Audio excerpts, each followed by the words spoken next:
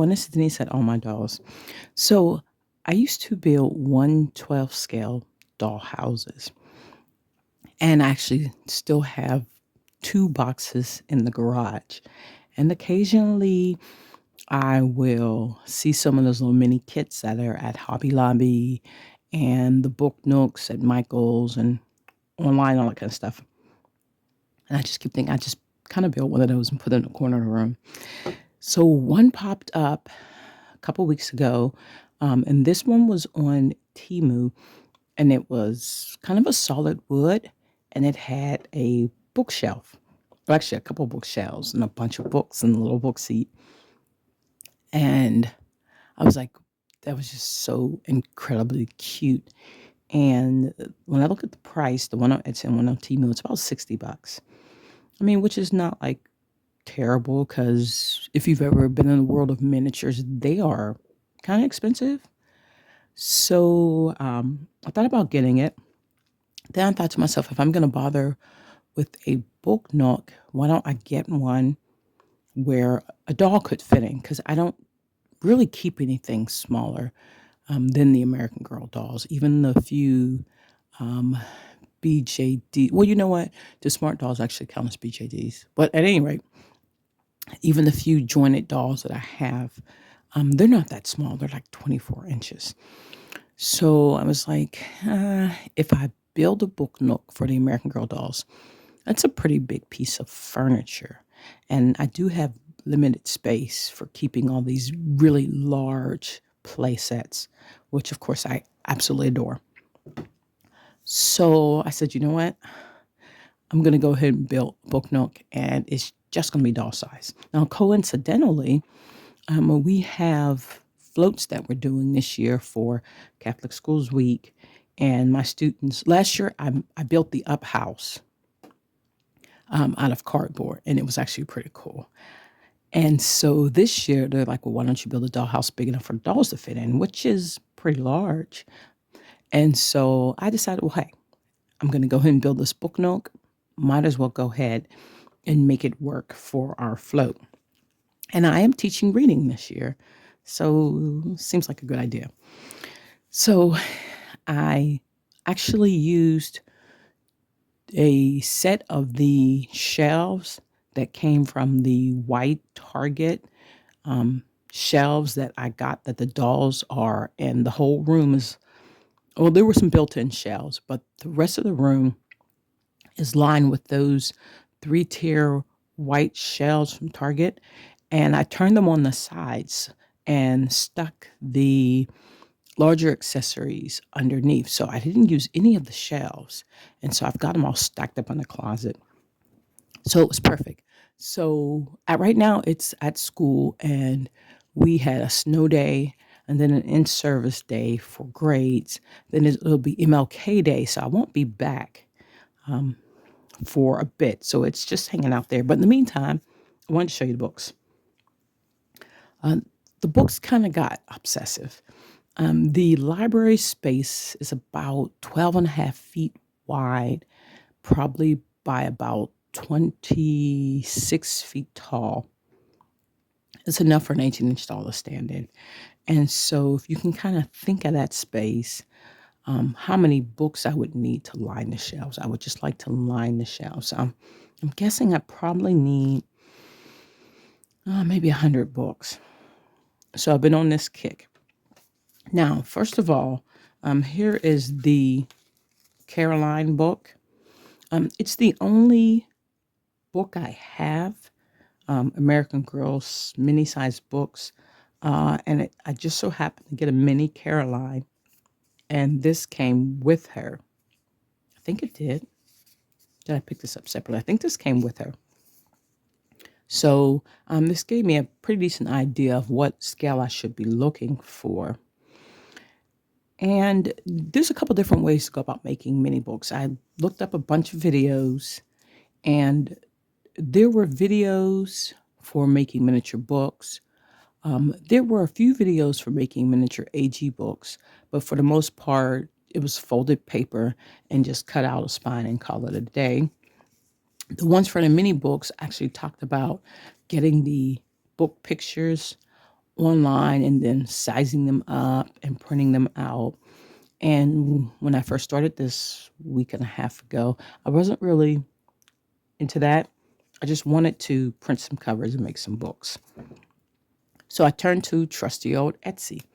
And what I found is the majority of books on Etsy are in 1/6 and 1/12 scale. They're mostly dollhouse scale or they're Blythe scale.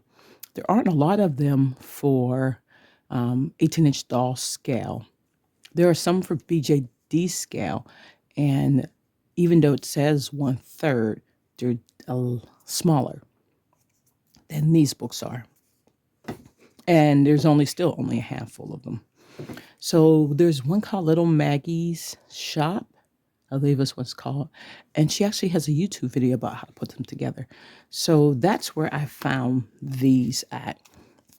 And there were 2 sets in the 1/3 that fit, well, actually there were 3, and the 1/3 that fit my needs. This one was Modern Classics. And let's see, let me get a measuring tape out for you.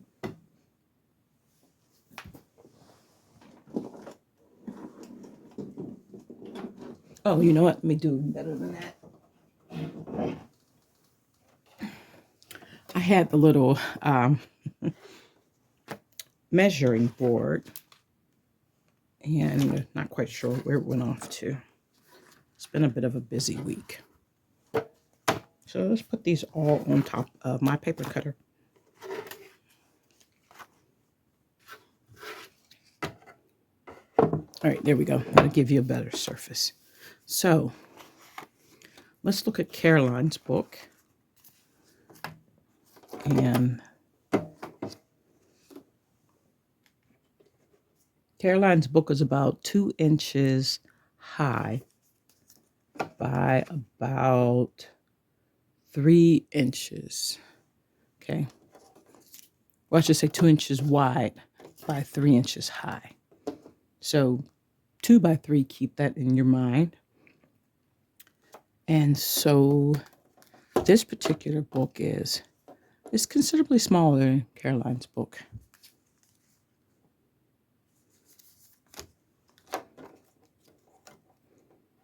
It's a little less than 2 inches wide and about a little less than 2 1/4. So it's still a pretty decent sized book. There were 20 of these.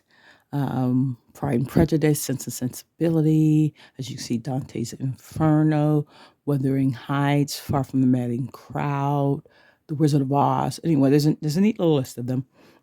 What's really cool about these guys is that they have the first few chapters, maybe 2 to 3 chapters inside here. So they're actually readable, which is really cute. So I think that was like less than $6 for the templates. And when you get that particular template, you also get the 1/6 and the 1/12. So I could still print the smaller books if I didn't mind repeats of the covers. So that was neat, but I needed a lot more than 20 books.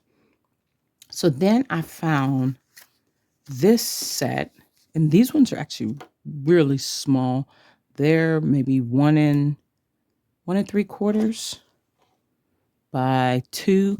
And for the most part, this is the smallest I would say would go for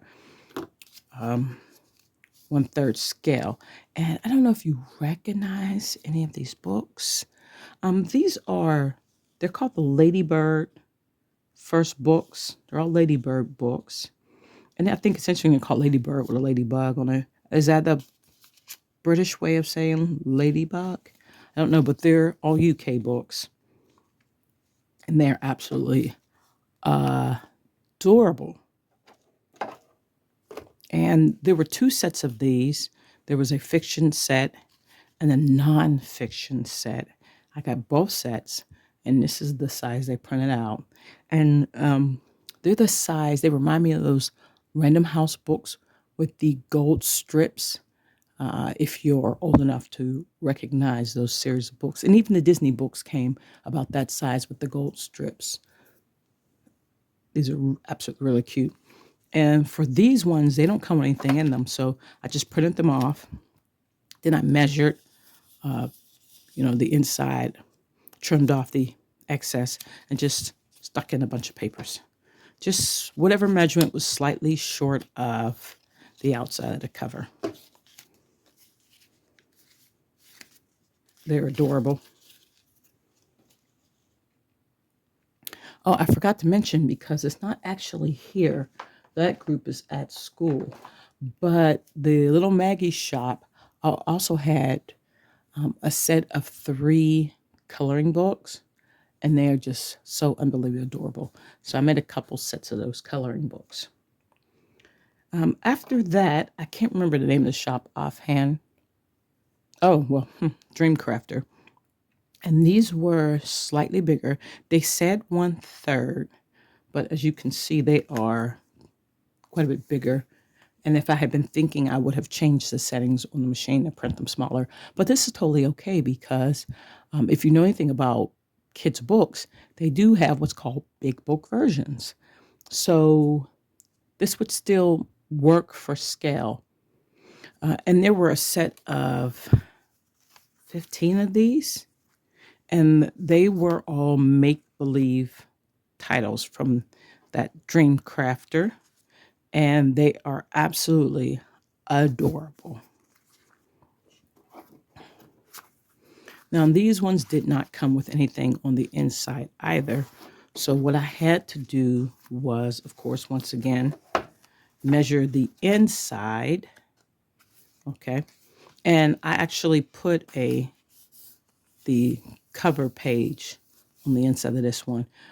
For these ones, I just printed them out on cardstock, and they're perfectly fine, but I wish I had made them heavier backing. So for a couple of these, I used the extra sheet of cardstock and faced it. But then I thought to myself, why don't I have all this like pattern paper that I didn't like and I didn't use for cards. Why don't I just use it to face the books, and that will give it that extra stability. And then I actually had to make bundles and bind them, because this is just such a wide space. I can't just slide in a few pieces of paper like I can on this flat book. So I made a bunch of bundles for these ones. Like, I want them to not just be flimsy. I really want them to have some substance, because at some point someone's going to pull them out, and I want them to feel as real as possible. And with that being said, I figured I'd give my hand too at actually completely binding a book after watching a few book videos. So this is bound with wallpaper, and actually all of the rest of the books here are wallpaper. I go to Ace, True Value, and I get the wallpaper books, and they are really cool. I recover journals with them. I cut out letters. I do all the stuff with the wallpaper books. So I have the scraps left over from the binding, and that is a perfect thing to do with them, is to make these books with the scraps. So this one actually cut out cardboard and actually heavy duty laid it down. So it's pretty much as close to a rail bound book as you can get. And I used one of the sets of pages from the Little Maggie's shop to fit inside here. So I'm going to make a couple of those.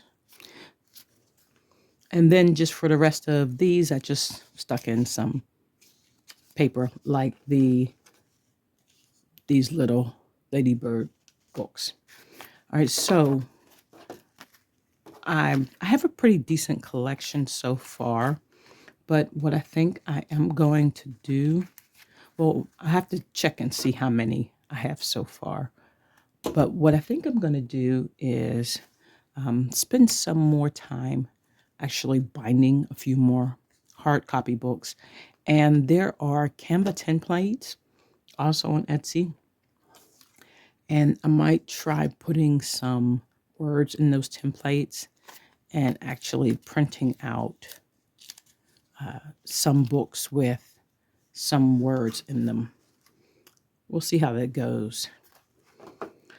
Like at the moment, it's just kind of an obsession, and I'm filling in the book nook. But I don't know, this is actually really cute. So I might continue making a few of these. There's one person, and I'm not sure which scale she makes the books for. I can't remember. I feel like she makes them Barbie scale. But what she does is she takes all the books that she's read that year, makes the miniature versions, and sticks them in her miniature library, which I think is the cutest thing. I don't know. We'll see how that goes. All right. Thanks for watching. Have a great day.